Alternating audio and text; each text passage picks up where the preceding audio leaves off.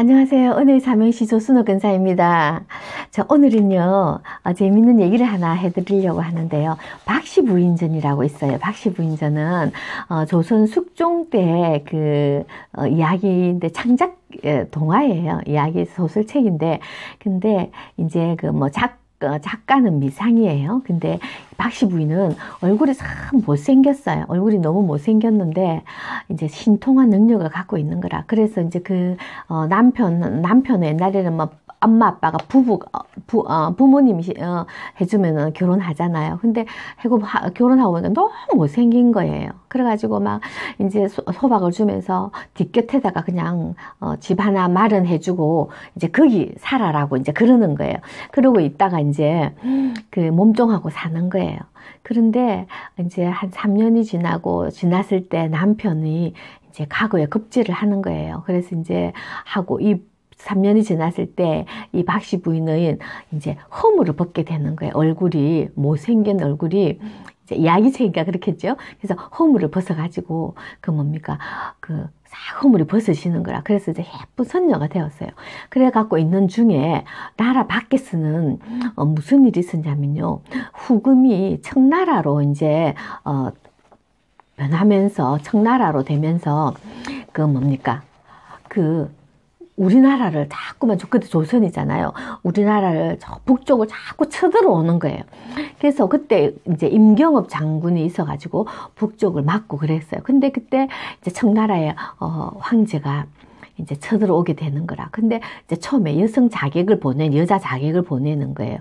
근데 그때 박씨 부인이 그 전에 이렇게 뒷곁에 있을 때 남편한테 오지도 안 하고 막 그럴 때 뒷곁에 있을 때 이 박씨 부인은 너무 솜씨가 좋아가지고 막 하루 만에 조복도 막 상복도 막 하루만 다 짓고 그 다음에 다 막 죽어가는 망아지도 3년 동안 잘 키워가지고 천리마로 만들고 이러는 거야. 근데 그때 자기 뒷곁에 나무를 막 많이 심는 거예요. 그래서 시아버지가 얘야 이거 왜 그래 하나 그러니까 다음에 위험할 때 이제 위험을 피하다 할까 불행한 일 있을 때 피하려고 그런다면서 그러는 거예요. 그래서 그 이름을 그 뒷결에 아름답게 나무를 많이 지어 거기서 피하장이라고 이름을 지어 놓는 거예요. 그래서 이제 그때 이제 여성 자객이 이제 왔을 때 이 박씨 부인은 굉장히 신통하게 나와요. 그 이야기에서. 그래서 박씨 부인이 그 여성 자객을 만나가지고 이제 처리하는 거예요. 그래서 이 여성 자객이 이제 도망을 가게 되거든요. 그런데 그래도 이제 이 황제는 쳐들어오는 거예요. 그래서 그때 쳐들어오는 게 그게 이제 병자호란인 거예요. 인조 때 병자호란 때 1636, 1636년에 쳐들어오는 거예요. 그래서 쳐들어오는데 이제 쳐들어왔을 때 백성들은 다 도망가고 있다 아닙니까? 인조는 막 남한산성으로 막 몸을 피하고 그렇게 하는 거예요. 그래서 그때 이제 그 장군이 10만 대군 이끌고 오는 거예요. 그래가지고 막 한양성, 지금 한양 서울이잖아요. 한양성을 막 함락하게 되는 거예요. 근데 그때 박씨 부인이 자기 남편이 장원급제했으니까 이제 얘기하는 거라 미리 계획을 알고 이렇게 된다. 그러니까 빨리 전장을 정비해야 된다. 이래 했는데도 간신들은 여자들이 말이야 어디 그런 소리를 하냐고 무시해버리는 거예요. 그러면서 그 병자호란을 맞게 돼서 큰 화를 당하는 거예요. 그래서 임금은 이제 막 이렇게 도망가고 그러다가도 이제 항복하게 되는 거예요. 그래서 얼마나 그게 역사적으로 굴욕인지 몰라요. 삼전도의 굴욕이라는 게 있는데 막 그 왕이 죄인이라고 잡히게 됐어요. 이제 항복하면 잡혀가지고 흰 옷을 입고 죄인이라고.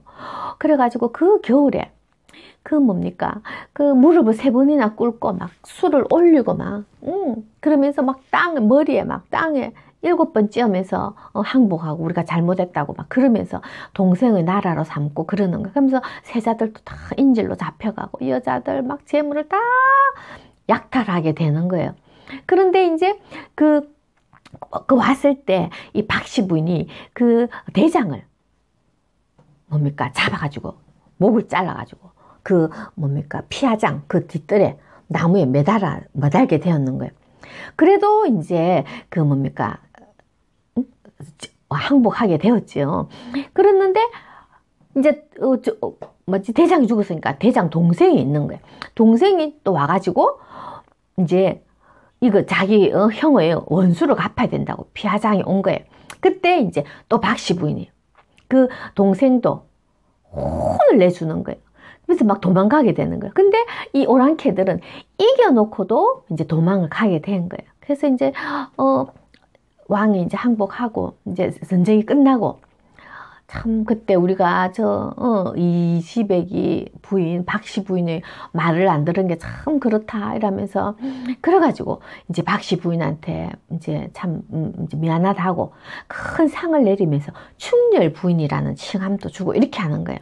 그래서 그 집은 박씨네 이신의 집은 이제 나라에서 큰 상을 받고 녹도 받고 이러면서 편안한 여생을 보냈다 그래요. 그래서 끝에는 그 박씨 부인은 이시백이 하고 한날 한시에 죽었다는 해피엔딩으로 그렇게 이제 이야기가 끝나는 얘기가 있어요. 그래서 이렇게 보면 우리가 지금도 보면요, 유대인들은요, 엄마가 유대인이어야지 아이가 유대인이랍니다. 그것처럼 유대인이 지금 온 세계 뭐 경제라든지 뭐 이런 거 다 이게 흔든다고 그러거든요. 그래서 유대인들은 엄마가 유대인이어야 된다. 그래서 정말 우리가 정말 지금 뭐 양성평등 해갖고 여자들도 직장을 다 다니고 하지만 그래도 자녀 교육이라든지 그런 거는 우리 엄마들이 많이 이렇게 책임을 지고 있지 않습니까? 그죠? 그래서 우리 성경에도 보면 룻도, 그죠? 룻과 보아스에서 사이에 태어난 족보에서 의해서 우리 예수님이 오시게 되고, 그죠? 그렇게 되고, 또 뭡니까? 기생 라합도 정말 정탐꾼들을 숨겨줌으로 해서 그 가정을 살리는 지혜롭게, 담대하게 위험을 무릅쓰고, 그죠? 그렇게도 하고, 또 예수님이 십자가에 돌아가셨을 때 그 무덤에 찾아간 사람이 제자들이고 건장한 남자들이 아니고 정말 여자들이, 힘없는 여자들이 예수님 살아계실 때 따라다니면서 그렇게 한 여자들이 그 새벽에 예수님 무덤에 가는 거예요. 그래서 여자들은 정말 연약해 보이는 그릇이지만 여자들이 마음을 먹고 여자들이 결단을 하고 하면 여자들이 지조라든지 여자들이 섬셈이라든지 여자들의 그런 지혜로움은 정말 감당하지 못하는 거예요. 그래서 이 이야기가 그때 이제 조선시대 때 여자들이 정말 무시당하고 억압되었는데 그 뒤로 여자들에 관한 이야기들이 많이 나왔답니다. 그래서 이 이야기를 통해서 조선시대 여자들에게 꿈과 희망을 나타내는 그런 이야기였다고 그러더라고요. 그래서 참 지금도 그죠? 이 시대도 남자들이 크고 뭐 이렇게 한 것 같지만 그 남자들을 조종하는 사람은 여자들이잖아요. 그렇잖아요. 그죠? 그래서 우리가 그 뭡니까?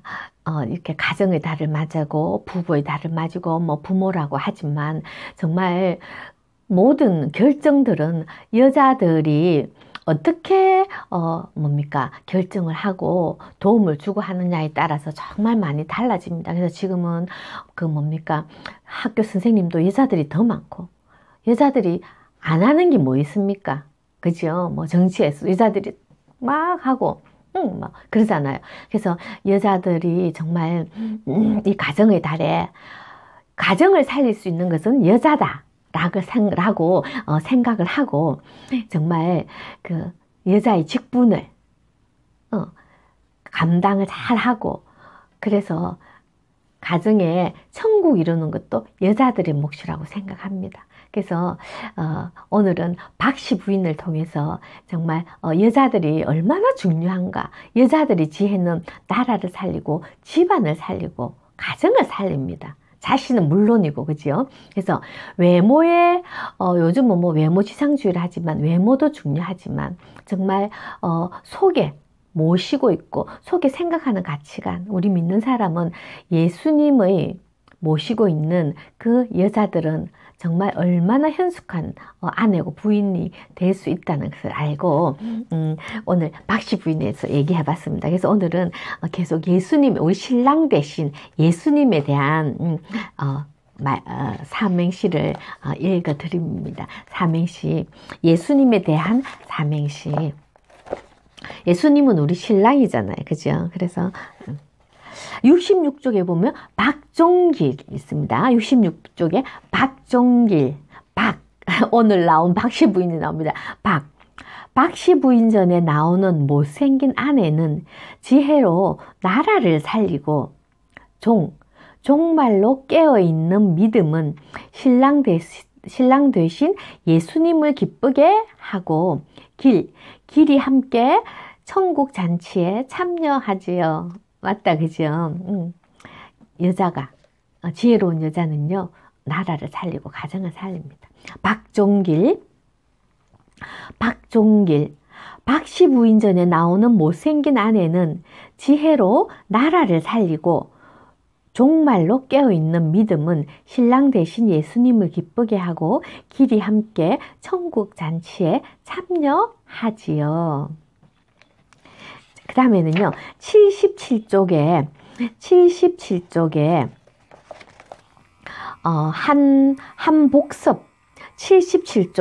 한복섭, 77쪽에 한복섭, 한 번밖에 살 수 없는 인생입니다. 그러나 복 있는 주의 성도들은 영원한 삶을 허락받았죠. 섭섭한 마음이 든다면 주의 자녀 되어 보세요. 아멘. 한복섭, 한 번밖에 살 수 없는 인생입니다. 그러나 복 있는 주의 성도들은 영원한 삶을 허락받았죠. 섭섭한 마음이 든다면 주의 자녀 되어 보세요. 그 다음에 66쪽에 신부가 약속한 신랑을 얼마나 기다림같이 홍보석, 청보석, 금은길 그 천국을 사모함이 마땅하니 균형 잃은 자여 천국이 내게 가까움이라 근신하여 기도하라. 아멘. 신부가 약속한 신랑을 얼마나 기다림같이 홍보석, 청보석, 금은길 그 천국을 사모함이 마땅하니 균형 잃은 자여 천국이 내게 가까움이라 근신하여 기도하라. 그래서 오늘은요, 가정의 달에 여성의 행위와 여성의 위치가 얼마나 큰가 이야기를 통해서, 재밌는 이야기를 통해서 한번 알아봤습니다. 그래서 우리 엄마 된 자리, 그 다음에 아내 된 자리, 그 자리가 얼마나 중요한지 생각하고 오늘도 예수님 안에서, 신랑 대신 예수님 안에서 하늘나라를 사모하고 예수님의 마음을 사모하고 예수님의 헌신과 섬김을 본받는 귀한 여인들이 되어보는 것이 어떨까 한번 생각해 봅니다. 감사합니다. 안녕히 계세요.